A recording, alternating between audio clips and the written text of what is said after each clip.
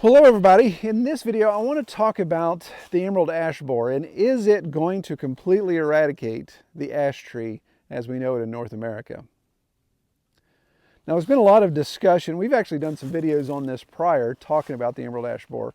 If you're not familiar with it, obviously you can Google it, but it's an Asian beetle that due to globalization has infiltrated North America. From what I've read, it actually started in Canada when they first started seeing it. So yet there's something else we can blame Canadians for.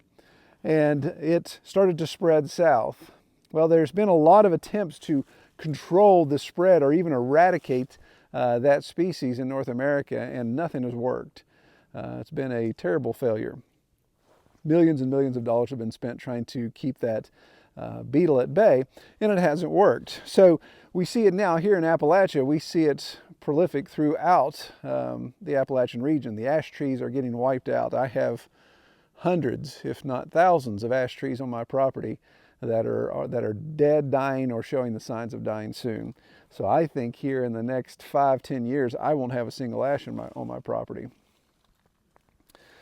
Before I continue walking, it's it's hunting season the next 2 weeks, rifle season in our area, which is where everybody and their brother that owns a gun, borrows a gun, can steal a gun, goes out in the woods and tries to shoot something. So I'm taking my life in my own hands by walking through my own woods with a brown coat on. Kelly got me this, and it's a very comfortable coat, but it had on the hood, it had antlers and everything. So I'm not quite sure what she's got going on there. So I think we may take that off before I get shot down on my own property. So this is a perfect example of what would have been a healthy ash tree is pretty much gone. The ash borer has just wiped it out. They drill all these little holes in it. And that's one way you can tell if you've got infestation, if you start seeing these holes show up. And then at that point it's all downhill. Now this one's hasn't been helped much by the fact it had a pretty good grapevine in it. So it's caused the top to come down. That's why even this limb here is broken out. But I had hoped that the ash borer would only be going after a certain diameter tree. Even like the American chestnut blight, the blight didn't affect the trees until they got to a certain age. So there was a chance that some of these trees could mature. Some of them may even, through natural selection, may be able to even overcome the blight. That hadn't happened yet. They've had to introduce the Chinese variety into the chestnut to get the American chestnut hybrid, if you will, to take off. But with the ash, I had hoped that the smaller ones would have been able to keep the ash borer at bay, or they wouldn't have been attracted to it. But I'm seeing that that's not the case. Unfortunately, I'm seeing that even the juvenile ash trees, like this little sapling here, it's probably 4 or 5 inches in diameter, which would probably make it less than 10 years old, is riddled with holes. Now it is not dead yet. It still has buds on it and still has all of its branches. But with the holes I'm seeing in this one already, I'd be surprised if it makes it through the year. If it produces leaves this next year, then that probably will be the last time. So I don't think the ash borer is going to give any of the ash trees a chance to recover. Now, even the smallest saplings maybe. But again, if they grow up, the ash borer may get it. And even if they don't, I mean, this isn't an ash, this is a little maple, but let's say, for example, this was an ash tree and it was growing. You can see if all the ashes all die out all at once, there's going to be opening in the canopy, and that opening is going to allow obviously things to grow up. Well, there's a lot of species of trees that grow way faster than an ash, and so that's what I'm afraid we're going to see, that competing trees like the poplar, the tree of heaven, sumac, sycamore around here, my goodness, sycamore everywhere, all of those things are going to grow so much faster. They'll beat these trees out. So even if an ash would have a chance to grow back, it could get choked out by its competition. So are there any remedies at all for the emerald ash borer? Well, when it comes to residential trees and residential settings, there are some pesticides that have been produced that supposedly are keeping the emerald ash borer away from trees. Now, that tree has to be free of ash borers before you apply the pesticide. Or it's too late at that point. But obviously in a hardwood setting like this in a large forest, that's not even possible. It's not logical to try to go around and treat every single tree, or even to save small amounts, because some of our trees are huge. It just wouldn't be cost effective to treat those. So what are we doing here at Red Tool House with the ash? Well, unfortunately, ash is my favorite wood to burn in the wood stove, simply because it's something I could come in and cut that tree down immediately, split it, and take it to the fireplace. It does not have to season. It burns really hot, burns really long, it has a great density, so it's just a really good all-around burning tree. One other thing we're trying to do with some of these larger ash trees that are straight and would be considered good mill wood, we're going to skid those down and we're going to mill them, because the ash borer isn't drilling all the way through the log, it's just drilling through the outer area, the cambium area, where the bark, the living area underneath the bark. So the interior part of the wood, once you go a half inch or so in, isn't destroyed by the ash borer, so there's actually some decent hardwood in there.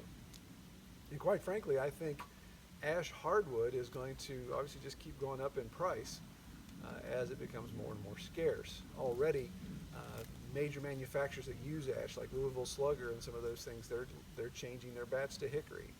A lot of those companies are already changing whatever they use ash for and substituting that with some other wood. And again, something else I read was that there's actually 4 species of ash. I wasn't familiar with all of them. There's a there's a green and white ash, which I'm familiar with, but supposedly I think there's a black and a blue. And I have not experienced a black or a blue ash, I don't believe. I'm not that knowledgeable in the ash category.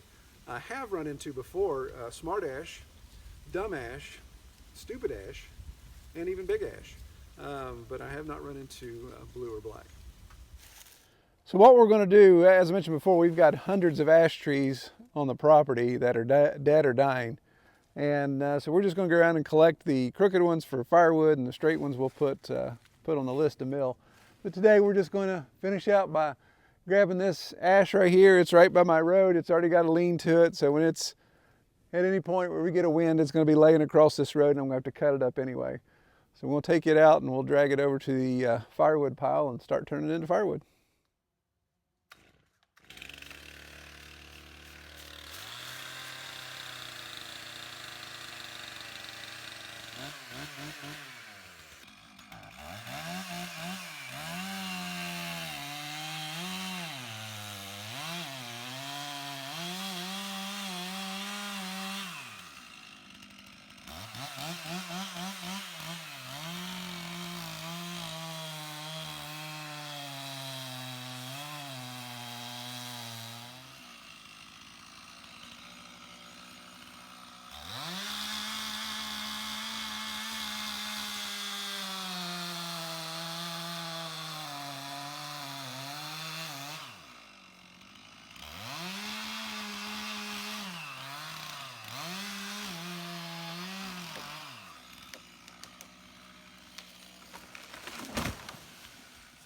So did you see how that thing broke away before I even had wedges in it? No, because I was so focused on the, no.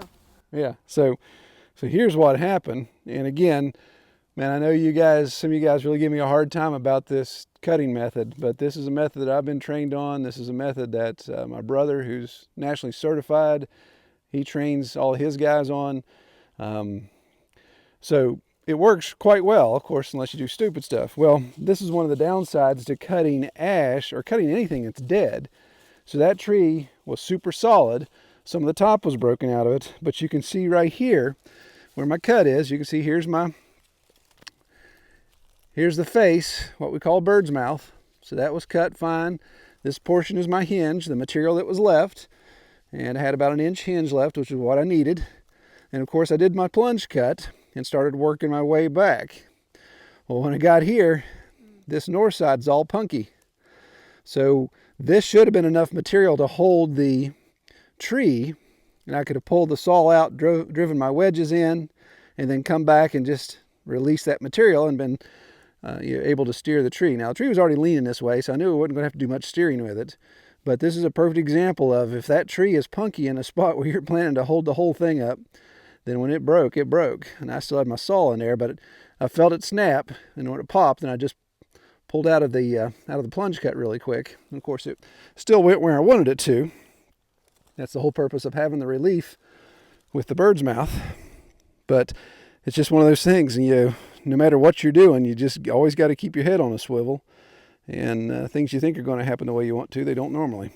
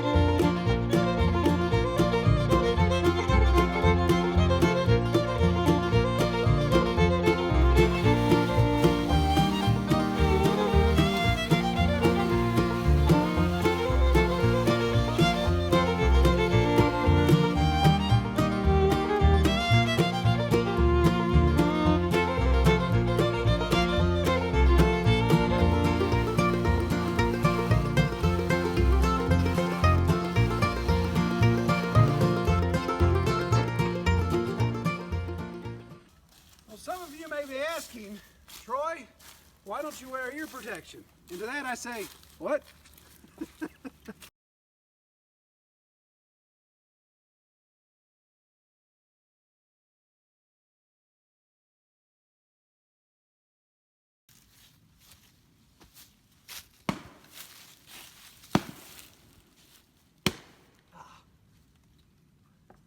Yeah, no. Oh, come on.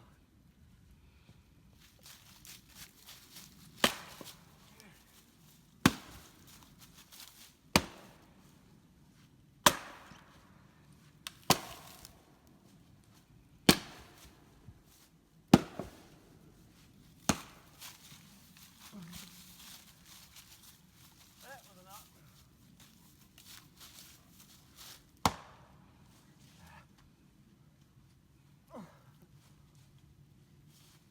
Holy moly.